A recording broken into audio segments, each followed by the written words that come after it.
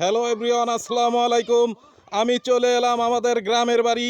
এখন দেখেন আমার সামনে আমার চাচায় হাঁটতাছে। চাচাও ঢাকার থেকে আসছে দুদিন আগে গ্রামের বাড়িতে। তো চাচা আজকে বিকালে চলে যাবে। চাচার গ্রামের বাড়ি এসে চাচার কি মনে হলো এবং কি আনন্দ উপভোগ করলো তার মুখ থেকে আমি শুনতে চাচ্ছি।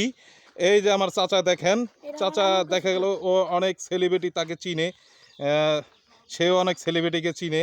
ইনশাল্লাহ ঠিক আছে, চাচার সাথে কথা বলি। চাচা, আপনার কি মনে হলো গ্রামের বাড়ি এসে? গ্রামের বাড়িতে এসে খুবই ভালো লাগলো, চমৎকার। সবাই আসছে, একসাথে আনন্দ ফুর্তি করলাম। কিন্তু গরম, অত্যাধিক গরম, কোরবানির গরম।